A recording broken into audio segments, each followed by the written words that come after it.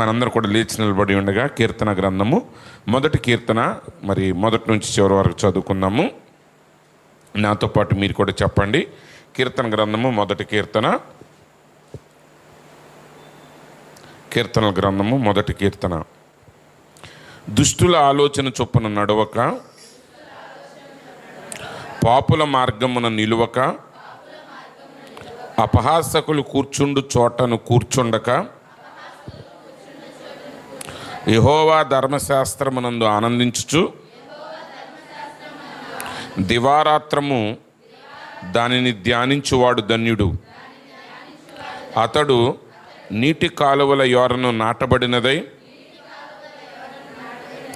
ఆకు వాడక తన కాలమందు ఫలమిచ్చు చెట్టు వలె నుండును. అతడు చేయునదంతయు సఫలమగును. దుష్టులు అలాగున ఉండక గాలి చెదరగొట్టు పొట్టువలె నుందురు. కాబట్టి న్యాయ విమర్శలో దుష్టులను, నీతిమంతుల సభలో పాపులను నిలువరు. నీతిమంతుల మార్గము యెహోవాకు తెలియను, దుష్టుల మార్గము నాశనమునకు నడుపును. దేవుడి వాక్య భాగమును దీవించునుగాక.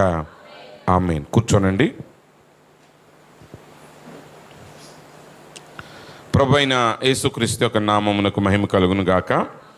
ఈ సమయంలో మరి సహోదరుడు కిషోర్ యొక్క మరి కుమారుడు ప్రశాంత్ యొక్క జన్మదినోత్సవాన్ని మరి పురస్కరించుకుని ఈ కూడిక ఏర్పాటు చేయబడింది. మరి ఈ సమయంలో మనము ఈ మొదటి అధ్యాయాన్ని ఒకసారి మనం ధ్యానం చేద్దాం. దానికంటే ముందు అందులో 2వ వచనాన్ని మనం చదువుదాం. యెహోవా ధర్మశాస్త్రమునందు ఆనందించుచు దివారాత్రము దానిని ధ్యానించువాడు ధన్యుడు. ప్రియమైన సహోదరి సహోదరులారా, మన యొక్క జీవితంలో ఆశీర్వదించబడాలి అనేది మానవుని యొక్క ఉద్దేశం. ప్రతి మానవుడు తను ఇప్పుడు ఉన్న స్థితి కంటే ఉన్నతమైన స్థితిని కలిగి ఉండాలని, మరి తనకంటే తన పిల్లలు ఇంకా మంచి స్థితిని వారు కలిగి ఉండాలని వారు కోరుకుంటారు. మానవుని యొక్క ప్రత్యేకత ఏంటంటే మానవుడు అభివృద్ధి చెందుతూ ఉన్నాడు. మానవుడు ఎలా ఉన్నాడండి? అభివృద్ధి చెందుతూ ఉన్నాడు. అయితే మరి నిజమైన అభివృద్ధి అనేది మనకు ఎలా కలుగుతుంది? మనం మరి ఉదయకాలం నుంచి సాయంకాలం వరకు మనం ఎంతో కష్టపడుతూ ఉంటాం, మరి ఎంతో ప్రయాసపడుతూ ఉంటాం. కానీ కొద్దిమంది జీవితాలు మాత్రమే వారి ప్రయాసకు తగిన ఆశీర్వాదాలు పొందుకోగలుగుతున్నారు. అనేక మంది జీవితాలు వారి ప్రయాస వ్యర్థమైపోతూ ఉంది. అయితే ఒకడి యొక్క జీవితం ఎందుకు సఫలమవుతుంది, ఒకళ్ళ జీవితం ఎందుకు విఫలమవుతుంది అనే విషయాన్ని మనము లేఖనం యొక్క వెలుగులో మనం గమనించవలసిన వారమై ఉన్నాం. ప్రియమైన సహోదరి సహోదరులారా, ఈ మధ్య కాలంలో మరి వైద్యులు ఏం కనుగొన్నారంటే, ఇది వరకటి రోజుల్లో మరి బరువుగా ఉన్న వ్యక్తులు బరువు తగ్గాలి అంటే మరి అన్నం తినకూడదు, తర్వాత ఎక్కువ వాకింగ్ చేయాలి అని చెప్పేవాళ్ళు. కానీ ఈ మధ్య కాలంలో మరి డాక్టర్లు ఏం చెప్పారంటే, బరువు తగ్గటం పెరగటం ఆరోగ్యంగా ఉండటం అనేది, ఈ ఎక్సర్సైజులు అనేది అవసరమే, కానీ వీటన్నిటికంటే ముఖ్యంగా మనిషి తినే ఆహారంలో ఉన్నదన్నారు. హల్లెలూయా. అంటే నువ్వు తినే ఆహారం ఆరోగ్యకరమైనదైతే నీ శరీరం ఆరోగ్యంగా ఉంటుంది.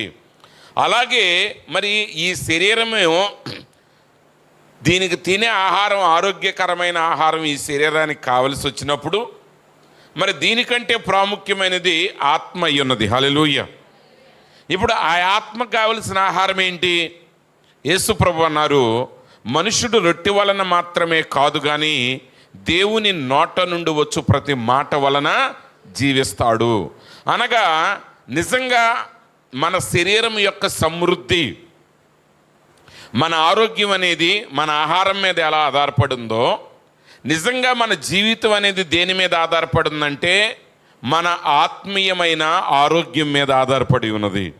అందుకే వాక్యం ఏం చెప్తుందంటే, ప్రియుడా నువ్వు ఆత్మలో వర్ధిల్లుచున్న కొలది నీవు అన్ని విషయములలో వర్ధిల్లుదువుగాక అన్నాడు. హల్లెలూయా. అంటే మన శరీరం ఆరోగ్యంగా ఉండాలి అంటే మన ఆత్మ ఆరోగ్యంగా ఉండాలి. ఏ మనిషి యొక్క ఆత్మ అయితే ఆరోగ్యకరంగా ఉంటుందో ఆ మనిషి యొక్క ఆత్మ ఆరోగ్యంగా ఉంటుంది, శరీరము ఆరోగ్యంగా ఉంటుంది, అతడి మనస్సు ఆరోగ్యంగా ఉంటుంది, అతడు చుట్టూ ఉన్న పరిస్థితులన్నీ కూడా అతనికి అనుకూలంగా ఉంటాయి.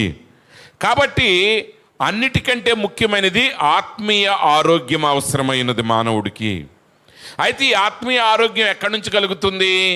దేవుని నోట నుండి వచ్చు ప్రతి మాట వలన కలుగుతుంది. అందునిమిత్తమే కొద్దిమంది మనుషులు, మరి కొంతమంది వ్యక్తుల చేతుల్లో మీరు ఎంత డబ్బు పెట్టినా వాళ్ళు కొద్ది రోజుల్లో దాన్ని పోగొట్టుకుంటారంట. భారతదేశంలో కొన్ని సంవత్సరాల క్రితం టీవీలో ఒక ప్రోగ్రాం వచ్చింది. ఆ ప్రోగ్రాం పేరేంటంటే కౌన్ బనేగా కరోడ్పతి, అంటే మీలో ఎవరు కోటీశ్వరుడు. అక్కడ కొన్ని ప్రశ్నలు వేస్తారు, చాలా క్లిష్టమైన ప్రశ్నలు. ఆ ప్రశ్నలకి 15 ప్రశ్నలకి జవాబు కరెక్ట్గా చెప్పగలిగితే ఎన్ని రూపాయలు ఇస్తారండి?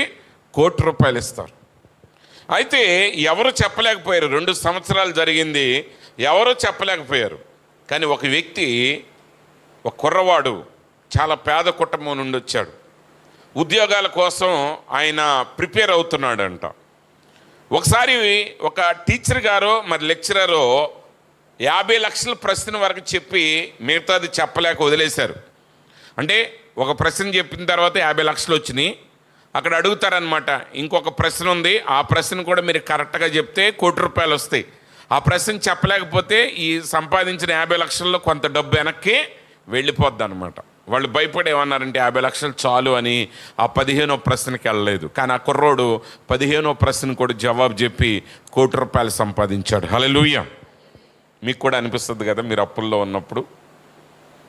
ఇప్పుడు మీరు అందరికీ అప్పులు ఉన్నాయి, మీ అందరికీ అప్పులు ఉన్నాయి. సరే, ఇక్కడ ఉన్న వాళ్ళు అందరిలో అప్పు లేని వాళ్ళు ఎవరు లేరు. సరే, ఇప్పుడు చంద్రబాబు గారు, జగన్ గారు మీ దగ్గరికి వచ్చేసి ఒక్కొక్కరికి ₹1,00,00,000 ఇచ్చాడు అనుకోండి.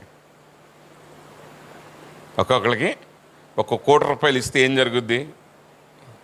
మీరు అనుకుంటారు 2 లక్షల అప్పు ఉంది కదా, 10 లక్షలు వస్తే దొరికితే 2 లక్షల అప్పు కట్టేసి 2 లక్షలతో ఇల్లు బాగు చేయించేసుకుని మిగతా 6 లక్షలతో బ్యాంకులో వేసేసుకుని దాని మీద వచ్చే వడ్డీతో కమ్మగా బతకొచ్చు అనుకుంటారు, అంతే. కానీ ఇక్కడ విషయం ఏంటంటే, డబ్బు నువ్వు సంపాదించే జ్ఞానం నీకు లేకపోతే నీకు ఎన్ని కోట్లు ఇచ్చినా వృధానే. నీకు ఎన్ని కోట్లు ఇచ్చినా వృధానే. ఆ అబ్బాయి ₹1,00,00,000 వచ్చింది. 3 సంవత్సరాలు తిరిగేసరికి ఆ వ్యక్తి నెలకి 5,000, అంతకుముందు ₹12,000 పనిచేసేవాడు అంటూ. అంతకుముందు నెలకి ₹12,000 ఉద్యోగానికి పనిచేసే వ్యక్తి 3 సంవత్సరాలు తిరిగి వచ్చేసరికి నెలకి ₹7,000 సెక్యూరిటీ గార్డుగా పనిచేస్తున్నాడంట. ఏమైంది? ₹1,00,00,000 వెళ్ళిపోయినాయి, సరదాలకి షికారులకి వెళ్ళిపోయినాయి. కాబట్టి ప్రపంచవ్యాప్తంగా పెద్దవాళ్ళందరూ కూడా కనుగొన్నది ఏంటంటే, ఒక పేదవాడికి నువ్వు ఎంత డబ్బు ఇచ్చినా, 100 మంది పేదవాళ్ళకి కానీ మీరు డబ్బు, వాడి జీవితంలో ఊహించనంత డబ్బు వాడికి ఇచ్చినా 5 నుండి 7 సంవత్సరాల లోపు కాస్త పొదుపు కలిగినోడు 7 ఏళ్ళు దాకా ఆగుతాడంట. సామాన్యంగా 3 సంవత్సరాలకి మరలా ఎక్కడ ప్రారంభించాడు అంటే, ఒక ₹2,00,000 అప్పు కలిగి నెలకి 10,000 సంపాదించే వ్యక్తికి ₹1,00,00,000 కానీ మీరు ఇచ్చి బ్యాంకులో వేసి వాడిని ఇష్టం వచ్చినట్టు వాడుకోమంటే 3 ఏళ్ళు తిరిగి వచ్చేసరికి ఎక్కడికి వస్తాడు? మళ్ళీ ₹2,00,000 అప్పులోకి వాడు వస్తాడు. ఎందుకు వస్తాడు? రాడు అని మీరు అందరూ అంటారు. ఆమె ఇప్పుడు నేను మీకు చెప్పినప్పుడు ఏమనుకుంటున్నారు మీరు? అదేదో మాకు ఇప్పించండి, మేము నిరూపిస్తామంటారు. మీకు నిరూపించే డబ్బు నా దగ్గర లేదు. కానీ ప్రపంచంలో జరిగినవన్నీ అలాగే జరిగినాయి. ప్రపంచంలో జరిగినవన్నీ అలాగే జరిగినాయి. కాకపోతే 2 లక్షలు కాకపోతే 20 లక్షల అప్పులోకి వెళ్తారు. ఇప్పుడు ₹1,00,00,000 వచ్చినాయి అనుకోండి, ఇంకొంచెం మంచి ఇల్లు కట్టుకుంటారు అనుకుందాం. కొంచెం జాగ్రత్త ఉన్నాడు, బైక్ కొనుక్కుంటాడు అనుకుందాం, కొంచెం బంగారం కొనుక్కుందాం. ఈ లోపు 2 లక్షల అప్పాలి, 20 లక్షల అప్పు అయిపోకుంటుంది. ఎందుకు జరుగుతుందంటే, ముందు మారాల్సింది మనిషి లోపల. అదే కొంతమంది ధనవంతులు ఉంటారు, కోట్లు పోగొట్టుకున్న 2-3 సంవత్సరాలు తిరిగేసరికి మళ్ళీ వాళ్ళు కోటీశ్వరులు అయిపోతారు. ఇప్పుడు మొన్న అంబానీ గారి కొడుకు ఒకడు ఉన్నాడు, వాడు చాలా అప్పులు, ఒకడు సంపాదించాడు, ఒకడు మొత్తం బాగొట్టుకున్నాడు. కానీ వాడిని అందరూ ఎక్కిరిస్తానే ఉన్నారు, సంపాదన పోయిందని. కానీ సడన్గా మన పేపర్లో చూశాను, వాడు అప్పులన్నీ కట్టేశాడంట. ప్రజెంట్ అప్పులన్నీ పోయినాయి, ఇక సంపాదించాలి. అంటే ఇక్కడ ఏంటి, మీరు చాలా జాగ్రత్తగా గమనించాలి. అందుకే మనం ఐశ్వర్యవంతులం కావాలి అంటే ఎలా ఐశ్వర్యవంతులం కాగలం, ఎలా కాగలం అంటే ఒక పేదవాడుగా మిగిలిపోవడం గల కారణం ఏంటి అంటే వాడు చేసే పనులు. ఒక ధనవంతుడు అవటానికి గల కారణం ఏంటంటే వాడు చేసే పనులు. ఇప్పుడు వాక్యం అదే చెప్తుంది. మన జీవితం సఫలం కావాలి అంటే ఇప్పుడు మనం చేసే పనులు మన జీవితాన్ని సఫలపరిచే పనులై ఉండాలి. నీ జీవితాన్ని బాగు చేసే పనులు నువ్వు చేయాలి. అప్పుడు నువ్వు నీ జీవితం చెడిపోయిన స్థితిలో ఉన్నా అది బాగుపడద్దు. లేదు, నీ జీవితం బాగుపడిన స్థితిలో ఉన్నా నీ క్రియలు చెడిపోయిన క్రియలు అనుకోండి, నీ జీవితం చెడిపోవటానికి ఎంతో సమయం పట్టదు. అందుకే ఇక్కడ వాక్యం చాలా క్లియర్గా చెప్తుంది. ఈ మాటలు మీరు చాలా జాగ్రత్తగా గమనించండి. సారెపతి విధవరాలు చనిపోవటానికి సిద్ధంగా ఉంది. ఎందుకంటే కరువు ఉన్నది, తిండి లేదు. ఇప్పుడు కొడుకుకి ఆమెకి కొద్ది ఆహారమే ఉంది. ఆమె అనుకున్నది రోజు కొంచెం తింటా చివరికి వచ్చిన తర్వాత ఆమె అనుకున్నదంట, ఈ చివరి పిండిని అప్పం చేసి నా కొడుక్కి పెట్టి నీళ్లు తాగి చచ్చిపోదామని అనుకుందంట. అంటే ఆమె రోజు తీసుకునే పని జాగ్రత్తలు ఆమెను ఎక్కడికి తీసుకెళ్తున్నాయి అంటే చావుకు తీసుకెళ్తున్నాయి. మీరు గమనించారా? ఇప్పుడు 20 కేజీల పిండితో స్టార్ట్ అయింది లైఫ్. ఇంకా ఆదాయం వచ్చే మార్గం లేదు, వర్షం లేదు. కాబట్టి ఆమె ఒక అప్పం, కొడుకు ఒక రొట్టె పెడుతుంది. కొన్ని రోజులైన తర్వాత ఆమె 2 రోజులకు ఒకటి తింటుంది, కొడుక్కి రోజుకి ఒకటి పెడుతుంది. అంటే ఇప్పుడు ఆమె తీసుకున్న జాగ్రత్తలన్నీ ఎక్కడికి తీసుకెళ్తున్నాయి? ఆమెని మీరు చాలా జాగ్రత్తగా ఎక్కడికి వెళ్తున్నాయండి? మరణానికి తీసుకెళ్తున్నాయి. చివరికి వచ్చిన తర్వాత ఏమనుకున్నది ఆమె? ఇంకా ఈ అప్పాన్ని తిని మనం చనిపోదాం. అంటే ఆమె ఆలోచన, ఆమె క్రియ ఆమెను ఎక్కడికి తీసుకెళ్తుందంటే మరణానికి తీసుకెళ్తుంది. చివరికి మరణం దగ్గరికి వచ్చింది ఆమె. ఇప్పుడు ఆమె బాగుపడాలనే ఉద్దేశం ఉందా? ఆమెకి చనిపోయే పరిస్థితి ఉంది. మీరు జాగ్రత్తగా గమనించాలి. కానీ ఇప్పుడు దేవుడు ఏలియాని పంపించాడు. ఇప్పుడు ఏలియాని పంపించిన దేవుడు ఆమెను బాగు చేయాలంటే ఏం చేయాలి? ఆమెకు పిండి నూనె ఇస్తే సరిపోదు. ఇప్పుడు చావు పనులు ఆమె చేస్తుంది. ఇప్పుడు ఆమెను బ్రతికే పని చేయాలి. ఆమెని ఎలా బ్రతుకుతుంది అంటే దేవుడు ఏలియాతో అన్నాడు, ఏలియా ద్వారా చెప్పాడు. ఏలియా అమ్మాయితో అన్నాడు, ముందు దాహానికి నీళ్ళు ఇవ్వమన్నాడు. ఆమె నీళ్లు తేవటానికి వెళ్ళింది. అప్పుడు ప్రవక్త అంటున్నాడు, అయితే అదే చేత్తో నాకు ఒక అప్పాన్ని తీసుకురా అన్నాడు. ఇప్పుడు ఆ స్త్రీ అందయ్యా, యెహోవా జీవంతోడు, నా ఇంట్లో ఆహారం లేదు, కొంచెం పిండి కొంచెం నూనె ఉంది, అది నా బిడ్డకు తయారు చేసి పెట్టి మేము చనిపోవాలని మేము ఎదురు చూస్తున్నాం అంది. అప్పుడు ప్రవక్త అంటాడు, యెహోవా జీవము తోడు, మీరు చావరు, మొదటిగా ఆ అప్పాన్ని తయారు చేసి నాకు తీసుకురా. మరలా దేవుడు వర్షాన్ని కురిపించే వరకు ఆ పిండి అయిపోదు, ఆ నూనె అయిపోదు అన్నాడు. అంటే వాక్యం ఏం చెప్తుందంటే, ఒకడు పుచ్చుకొనుట కంటే ఇచ్చుట ధన్యత.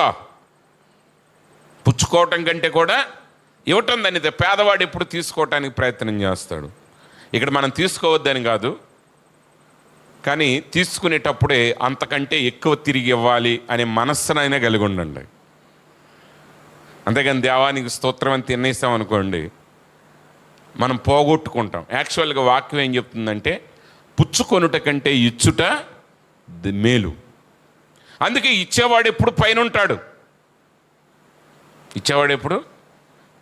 మనకి కుళ్ళిపోయిన 4 కేజీల పుచ్చిపోయిన 4 కేజీల రేషన్ బియ్యం మనకిచ్చి వాళ్ళు ముఖ్యమంత్రులు అయిపోతారు. అది గొప్పతనం. అర్థమవుతుందండి మీకు? అక్కడ ఏంటి జరిగేది? ఎమ్మెల్యే గారు పిచ్చోడయ్యా, ఒక్కొక్కడికి 1000 రూపాయలు 2000 ఇచ్చేస్తే మనం ఏకంగా ఆ పార్టీ వాడి దగ్గర ఈ పార్టీ వాడి దగ్గర అందరి దగ్గర తెచ్చుకుని మనం పెట్టుకుంటాం. ఓకే, నువ్వు నష్టపోతున్నావా సంపాదిస్తున్నావా? మీకు ఎంత నష్టం జరుగుతుందో మీకు తెలియదు. నేను ఇక్కడ తప్పు ఒప్పు ఏం మాట్లాడను, వాక్యం చెప్తున్నానండి. ఎప్పుడు కూడా సంపాదించేవాడు ఏం చేస్తాడంటే వాడి పనులు వేరుగా ఉంటాయి. సంపాదించేవాడు పనులు ఎట్లా ఉంటాయండి? వేరుగా ఉంటాయి. మీకు ఎప్పుడైనా గమనించండి, డబ్బు సంపాదించేవాడు ఎప్పుడు సామాన్యంగా ఉంటాడు. అప్పు చేసేవాడు 20,000 ఫ్యాంటు 40,000 చీర కొనేది అప్పులు చేసేవాళ్ళు. డబ్బులు ఉన్నవాళ్ళు కట్టరు. ఇప్పుడు చంద్రబాబు గారు చూడు సింపుల్ చొక్కా వేసుకుంటాడు, పవన్ కళ్యాణ్ చూడు తెల్ల కద్దరు చొక్కా ఒకటి వేసుకుంటాడు, అంతే.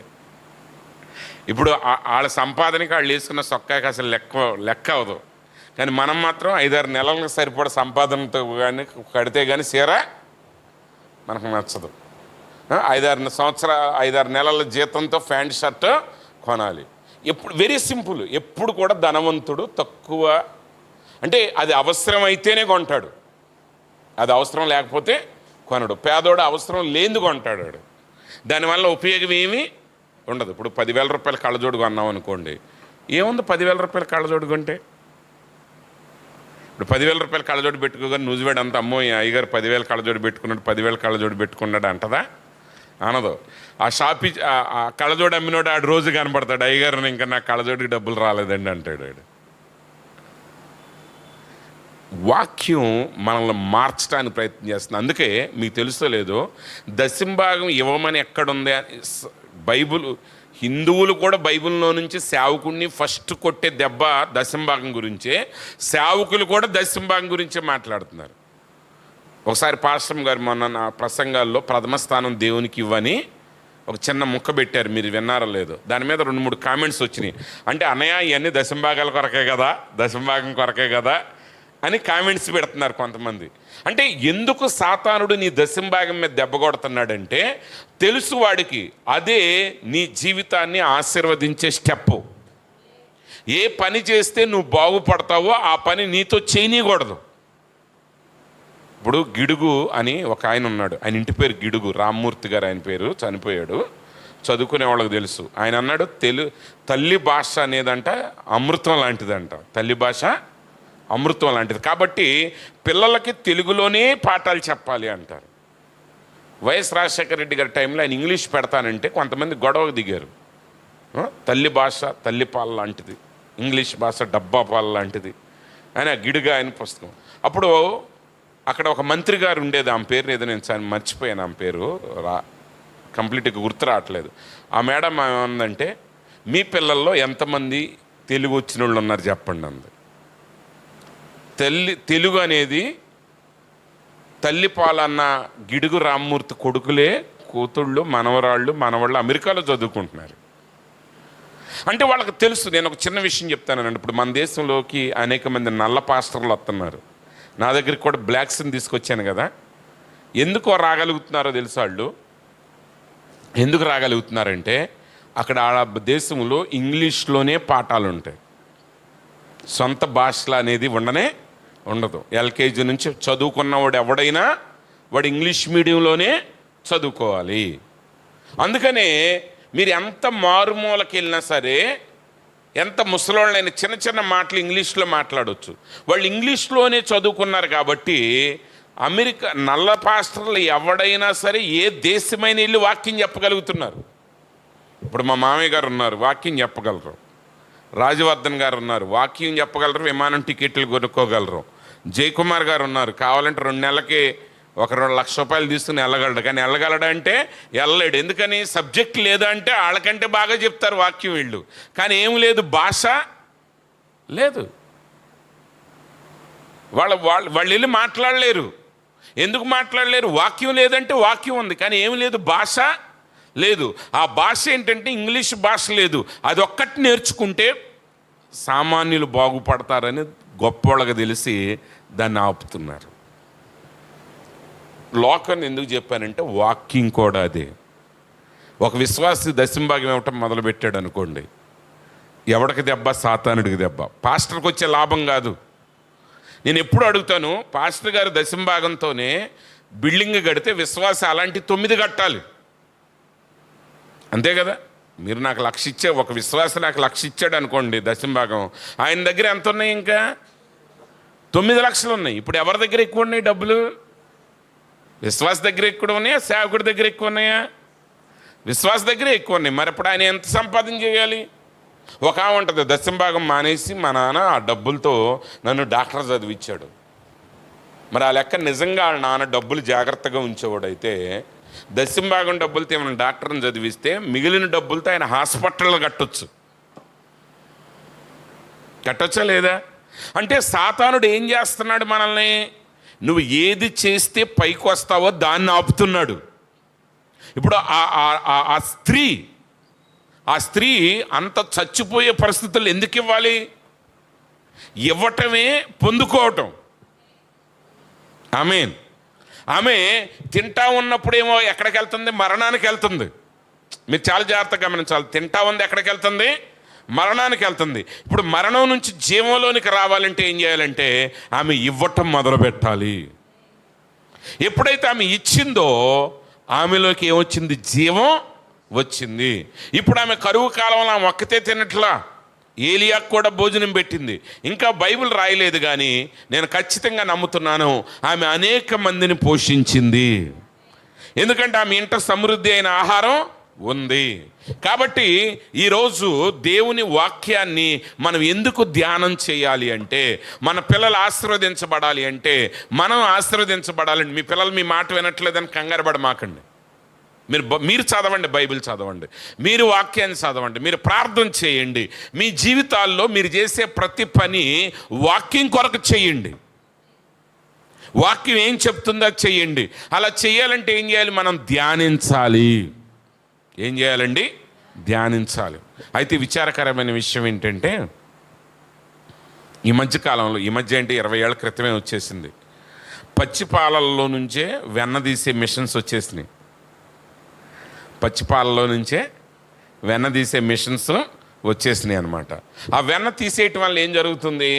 ఆ వెన్న, ఆ పాలు తీసుకుని మీరు పెరుగు చేసి మీరు కవ్వాన్ని అంత చిలికినా సరే మీ చేతులు నొప్పి పెట్టడమే తప్ప దాని లోపల నుంచి ఏం రావు, వెన్న రాదు. చేతులు మాత్రం లాక్కుపోతాయి. అదే లోపల వెన్న ఉందనుకోండి, అప్పుడు మీరు కష్టపడిన దానికి విలువ దొరుకుతుంది. అలాగే ఈరోజు వాక్యం ఏమవుతుందంటే, పరిశుద్ధాత్మ ప్రేరేపణ లేని వాక్యాలు ఈరోజు ఎక్కడ చూసినా ఘనత, ఈరోజు ఎక్కడ చూసినా వాక్యమే మాట్లాడుతున్నారు కానీ దాని లోపల ఏమీ జీవం ఉండట్లా. ఏ సేవకుడు కూడా తన సొంత ఆలోచన ప్రకారంగా చేయట్లా. ఏదో కాపీ కొట్టడం, నోటుకొచ్చింది చెప్పటం. ఇక్కడ బాగుందా బాగోలేదు అనేది ముఖ్యం కాదు, కానీ అది ఆ మాటలు ఆ సేవకుడి నోటి నుండి వస్తున్నాయా లేవనేది ముఖ్యం. ఎందుకని? ఒక సేవకుని హృదయం నుండి వచ్చే వాక్యం ఏముంటుందంటే జీవం ఉంటుంది. కాబట్టి ఇప్పుడు ఆ జీవాన్ని మనం కలిగి ఉండాలి. ఆ వాక్యాన్ని మన హృదయంలో ధ్యానం చేస్తా ఉన్నప్పుడు ఏం జరుగుతుందంటే, వాక్యం నీ హృదయంలో నింపబడుతున్న కొలది నీకు తెలియకుండానే నీ క్రియలు, నీ పద్ధతులు, నీ ఆలోచనలు మారిపోయి నువ్వు చేసేదంతా సఫలమైన మార్గంలోకి వెళ్ళొద్ది. నీకు తెలియదు నువ్వు ఎందుకు అభివృద్ధి చెందుతున్నావు. మీరు చాలా జాగ్రత్తగా గమనించండి. అభివృద్ధి చెందిన వాళ్ళందరూ కూడా వాళ్ళు పుస్తకాలు చదివి అభివృద్ధి చెందాల. ఇప్పుడు మార్కెట్లో చాలా పుస్తకాలు ఉంటాయి. అంబానీ అభివృద్ధి చెందటానికి 60 సూత్రాలని, అంబానీ అభివృద్ధి చెందటానికి 60 సూత్రాలు. దాన్ని మీరు 600 పెట్టి 1200 పెట్టి కొనాలి. అందుట్లో వరుసగా చెప్తారు అంబానీ గారు మరి అంత డెవలప్ అవుతాయి. కానీ మీకు ఒక విషయం ఏంటి చెప్పనా? ఆ పుస్తకం చదవకుండానే అంబానీ అలా అయ్యాడు. అంబానీ గారు అవి చదువుకున్నాడా? ఎవడన్నా బుక్ ఇచ్చాడా? అంబానీ నువ్వు అభివృద్ధి చెందాలంటే ఈ 60 సూత్రాలు రాని ఎవడో ఆయనకి జాతకంలాగా రాసి ఇవ్వాల.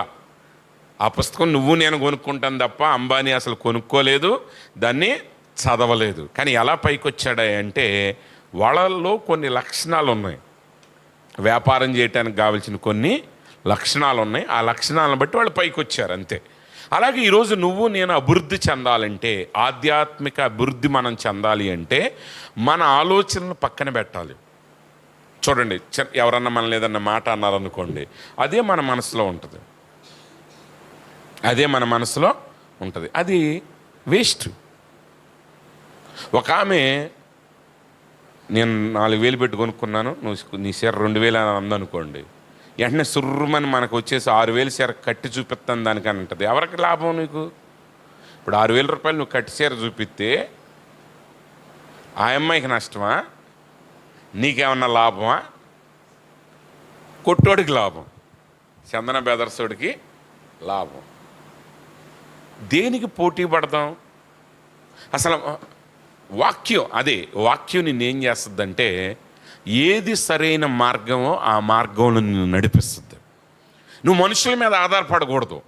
మనం అభివృద్ధి చెందాలంటే ఒకటే గుర్తుపెట్టుకోండి, మీకు ఏ గవర్నమెంట్ అయినా పథకాలు ఇచ్చేటప్పుడు మీకు ఒక లిమిట్ పెడద్ది, గుర్తుపెట్టుకోండి. పెడతదా పెట్టదా? ఎందుకు పెడద్ది అంటే అంతకంటే నువ్వు ఎదగకూడదు, అందుకు మేము ఇస్తున్నాం. ఇవి అర్థమైందండి? అంతకంటే నువ్వు ఎదగకూడదు. ఇప్పుడు ఎదగకూడదు, ఇవి కావాలంటే మనం ఎదగకుండా ఉండిపోతాం. లోకం మనకిచ్చేది ఇవే. కానీ వాక్యం ఏం చేస్తుంది? యేసుక్రీస్తు యొక్క వాక్యానికి నియమాలు లేవు. ఒకటే గుర్తుపెట్టుకోండి, యేసుక్రీస్తు యొక్క వాక్యానికి నియమాలు లేవు. ఒక వ్యక్తి ఉండేవాడు. నాకు తెలిసిన 2 వ్యక్తుల గురించి చెప్పి ముగిస్తాను, జాగ్రత్తగానండి. ఒక వ్యక్తి ఉండేవాడు. ఆయన చాలా పేదరికంలో ఉండేవాడంట. ఆ వ్యక్తిని నేను చూశాను. ఆయన చాలా పేదరికంలో ఉండేవాళ్ళంట. ఒకే ఒక కొండ ఉండేదంట. అన్నం వండి దాన్ని టవల మీద పెట్టుకుని ప్లేట్లో పెట్టుకుని మళ్ళీ దాంట్లో కూర వండుకు తినేవాళ్ళంట. సరే, పాస్టర్ గారు వెళ్తే మొదలుపెట్టిన తర్వాత వాక్యం రక్షించబడ్డారు. చిన్న చిన్న పని ద్వారా వాళ్ళు బాగా ఆశీర్వదించబడ్డారు. బాగా ఆశీర్వదించబడిన తర్వాత చివరికి ఎంతవరకు వచ్చిందంటే 300 మంది ఉన్న సంఘంలో ఆ 300 మంది ఇచ్చే కానుకలు దశంభాగాల కంటే ఈయన ఒక్కడిచ్చే కానుకలు దశంభాగాలు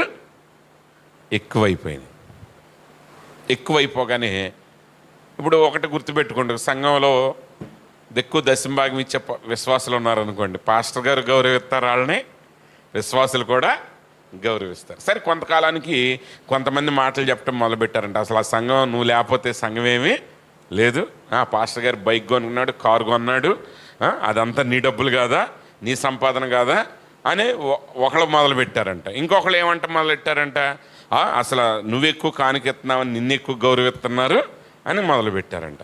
చివరికి ఈ మాటల వల్ల ఆయన ఏం చేశాడంటే వాక్యానికి దూరం అవటం మొదలుపెట్టాడు.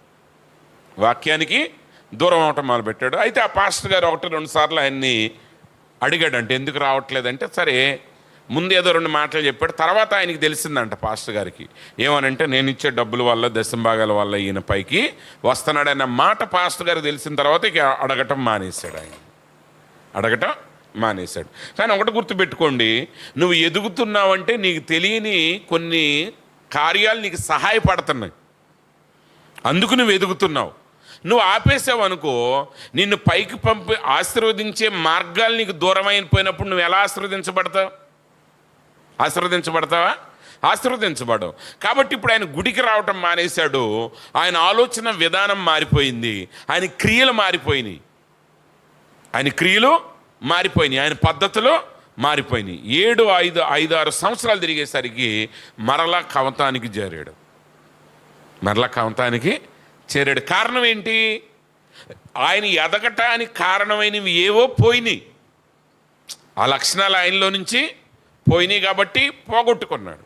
ఇంకొక వ్యక్తి ఉన్నాడు, నేను ఆల్రెడీ మీకు చెప్పాను, ఆ పాస్టర్ గారికి 40 సంఘాలు 50 సంఘాలు ఆ ఒక్క విశ్వాసే కట్టించాడంట. ఆయన చివరి వరకు నిలిచాడు. ఎందుకు నిలిచాడంటే ఆయన అభివృద్ధికి కారణమైన కార్యాలకి ఆయన దూరంగా హల్లెలూయా, ఆయన అలా నిలబడిపోయాడు కాబట్టి అభివృద్ధి సాధించాడు. కాబట్టి ఇప్పుడు మనం ఏం చేయాలి? దివారాత్రము యెహోవా ధర్మశాస్త్రమునందు ఆనందించుచు. ఈరోజు చాలామంది, ఈవెన్ మా పిల్లలు కూడా ఒక్కోసారి అంటారు ప్రతిసారి ప్రార్థనకు రావాలంటే అంటారు. ఓకే, ఒకటి గుర్తుపెట్టుకోండి, నేను అందరి కొరకు ప్రార్థన చేసేది ఏంటంటే, మీరు ప్రార్థనకు రావటం అనేది నీకు ఆనందాన్ని కలిగించాలి, అది నీకు ఉత్సాహాన్ని కలిగించాలి. ఎప్పుడైతే నీకు ఆనందాన్ని కలిగించిందో అప్పుడు నిన్ను ఎవరో బతిమలాడాల్సిన అవసరత లేదు. ఇప్పుడు భోజనం ఇప్పుడు ఐస్ క్రీమ్ తినాలని మిమ్మల్ని ఎవరో బలవంతం చేయక్కర్లా. ఎందుకని ఐస్ క్రీమ్ తింటే మీకు ఒక ఆనందం కలుగుతుంది. బిర్యానీ తినాలని ఎవడ మిమ్మల్ని బలవంతం చేయక్కర్లా. అలాగే వాక్యం కూడా అది నీకు ఆనందాన్ని కలిగించాలి. యెహోవా ధర్మశాస్త్రమునందు ఆనందించుచు, నువ్వు సంతోషించాలి. నువ్వు వాక్యం చూసినప్పుడు నీకు సంతోషం కలగాలి, వర్తమానం చూసినప్పుడు నీకు సంతోషం కలగాలి. ఈ వాక్యం ఎప్పుడైతే సంతోషం ఆనందం నీకు ఇస్తుందో, నీకు తెలియకుండానే నీ పద్ధతులు, నీ తలంపులు, నీ క్రియలు, నీ ఆలోచనలు అన్నీ కూడా ఆశీర్వాదానికి అనుగుణంగా మారిపోతాయి. ఆమేన్. నువ్వు ఆశీర్వదించబడాలి అంటే కొన్ని లక్షణాలు నీలో ఉండాలి. ఆ లక్షణాలు ఏంటి అనేది నేను ఎవరని చెప్పలేం. నేను బిజినెస్ స్కూల్ కాదు, ఇదిట్ట చేయండి అమ్మ, ఇదిట్ట చేయండి అని. కానీ ఈ వాక్యంలో ఉన్న గొప్పతనం ఏంటంటే, ఈ వాక్యాన్ని నువ్వు ధ్యానిస్తూ ఉండగా నీకు తెలియకుండానే చదువుకునేవాడు చదువు అనుగుణమైన లక్షణాలు వాళ్ళలో ఏర్పడతాయి. ఒక భార్యాభర్తలు ఉన్నారనుకోండి, వారి కుటుంబాన్ని ఎలా కట్టుకోవాలనే లక్షణాలు వాళ్ళకి ఏర్పడతాయి. అలాగే ఒక వ్యాపారస్తుడు ఉన్నాడు అనుకోండి, 10 మందితో ఎలా మాట్లాడాలనే స్వభావం వాడికి అలవాటు అవుద్ది. ఇక్కడ మేమేం చెప్పట్లేదు, ఇక్కడ వాక్యం ఏం వ్యాపారం ఇలా చేయాలి, అప్పు ఎంత తెచ్చుకోవాలి, ఇంతకు అమ్మాలి, ఇంత వడ్డీ ఇవ్వాలి, ఈయనన్నీ ఇందుట్లో ఉన్నాయండి? లేవు. ఇక్కడ జస్ట్ వాక్యం ఉంటుంది. ఇక్కడ ఇదిగో యాకోబు, ఇస్సాకు, ఏశావు, అబ్రహాము, శారా, ఇవే కనపడతాయి. లేదా యేసు ప్రభు మీ శత్రువులను క్షమించండి, లేకపోతే పేదలకు సహాయం చేయండి, ఈ మాటలు ఉంటాయి. కానీ నీ వ్యాపారం ఎలా అభివృద్ధి చెందాలనే మాట ఇక్కడ ఉండదు. కానీ వాక్యాన్ని నువ్వు ధ్యానం చేస్తూ ఉన్నప్పుడు, ఆహారం తిన్నప్పుడు మన శరీరం అంతా ఎలా బాగైపోతుందో, నీ ఆత్మ మారుతున్న కొలది నీ శరీరం బాగవుతుంది, నీ కుటుంబాలు బాగవుతాయి, నీ సమాజంలో నీ పేరు ప్రఖ్యాతులు మారిపోతాయి. నువ్వు ఉన్న స్థితి కంటే ఉన్నతమైన స్థితికి నువ్వు ఎదుగుతావు. కారణం ఏంటంటే, నీ ఆత్మ వర్ధిల్లుతున్న కొలది నువ్వు అన్ని విషయాల్లో వర్ధిల్లుతావు. తర్వాత నువ్వు ఎలా చేయటం వల్ల విఫలమయ్యావు అనేది మన అంచనాలండి, అంతే. నిజంగా వాక్యం నీ హృదయంలోకి రాగానే నీకు తెలియకుండానే నువ్వు ఏ సమయంలో ఎలా స్పందించాలో నీకు అర్థమైపోతుంది. అందుకే ఇక్కడ వాక్యం ఏం చెప్తుందంటే, యెహోవా ధర్మశాస్త్రమునందు ఆనందించుచు దివారాత్రులు దాన్ని ధ్యానించువాడు ధన్యుడు. అతడు నీటి కాలువల యోరను నాటబడినదై ఆకు వాడక తన కాలమందు ఫలమిచ్చు చెట్టు వలె ఉంటాడు. నీతిమంతుల మార్గము యెహోవాకు తెలియను, దుష్టుల మార్గము నాశనమునకు నడుపును. నీతిమంతుల మార్గం, మీరు వాక్యాన్ని వెంబడిస్తూ ఉంటే, నువ్వు ప్రార్థించే వ్యక్తివి, బైబిల్ చదివే వ్యక్తివి, దేవుని మాట వినే స్వభావం కలిగిన వ్యక్తివి అయితే నీ మార్గము దేవునికి తెలుసు, అంతే. అంటే నువ్వు నడిచే ప్రతి మార్గం ఎలాంటి మార్గంలో నడుస్తావంటే ఆయన మార్గంలోనే నువ్వు నడుస్తావు. కానీ దుష్టులు మార్గము నాశనమునకు నడుపును. కానీ దేవుని వాక్యానికి వ్యతిరేకమైన మార్గంలో నువ్వు నడిస్తే ఎక్కడికి వెళ్తావు? నాశనానికి వెళ్తావు. అందునిమిత్తమే మన భారతదేశంలో కూడా పేదలకు సహాయం చేయటం, ధర్మకార్యాలకి సహాయం చేయటం, అనాథలకి, విధవరాళ్ళకి, మరి వృద్ధులకి చేయటం అనే కార్యక్రమాలు కొన్ని నేర్పారు. అవి ఎందుకు నేర్పారంటే, అవి నిజంగా చేసేవాడు చెడ్డోడైనా మంచోడైనా దాని ఫలితం ఎంతో కొంత పొందుకుంటారు. ఆమేన్. అవునండి. ఇప్పుడు కొంతమంది ఉంటారు చెడ్డోళ్ళు, కానీ వాళ్ళకు వచ్చిన ఆదాయంలో కొంత పేదలకు సహాయం చేస్తారు. పేదలకు సహాయం చేసినప్పుడు ఆ పని వలన వాడు అభివృద్ధి పొందుతాడు. తర్వాత వాడు పాపిష్టోడైతే నరకానికి వెళ్తాం తర్వాత సంగతి. కానీ ఈ లోకంలో అతను చేసిన ఆ కొన్ని మంచి పనులు ఏం చేస్తాయంటే అతనిని అభివృద్ధి పదంలోనికి నడిపిస్తాయి. బైబిల్ గ్రంథంలో దోర్కా అని ఒక ఆమె ఉంది. ఆమె చనిపోయింది. ఆమె విశ్వాసి చనిపోయింది. చనిపోయినప్పుడు మరి వచ్చి పలకరించి వెళ్ళాలి కదా. పేతురు గారు అక్కడికి వెళ్ళాడు.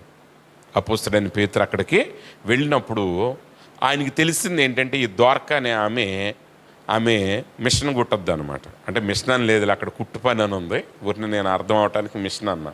ఆ మిషన్ కుడతా ఆమె ఏం చేసేదంటేనంట, అక్కడ ముసలి వాళ్ళకి, విధవరాళ్ళకి, వాళ్ళందరికీ ఆమె ఆదాయంలో కొంత సహాయం చేస్తూ ఉండేదంట.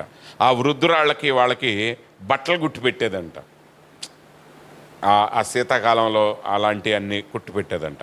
ఇప్పుడు వాళ్ళందరూ కూడా వచ్చి ఆ పేతురు గారి దగ్గరికి వచ్చి ఆ ముసలోళ్ళందరూ, ఆ పేదోళ్ళందరూ వచ్చి చూపిస్తున్నారంట. అయ్యా ఇదిగో ద్వారకమ్మ గారు గుట్టించింది అయ్యా నాకు ఇది, అయ్యా ఇదిగో ద్వారకమ్మ గారు గుట్టించింది అయ్యగారు నాకు ఇది, అయ్యా మేము పేదోళ్ళంగా ఉన్నప్పుడు ఆమె ఇంత సహాయం చేసింది అయ్యా అని అంటున్నారంట. అప్పుడు అవన్నీ విన్న తర్వాత పేతురు గారికి ఆత్మ ప్రేరేపణ వచ్చి ద్వారక దగ్గరికి వెళ్ళి ప్రార్థన చేయగానే ఆమె తిరిగి బతికిందంట. హల్లెలూయా. ఆ కారణం దేవుడు వెళ్ళి పేతురుని బ్రతికించమనలా. మీరు చాలా జాగ్రత్తగా, పేతురు బ్రతికించమనలా ఆమెని.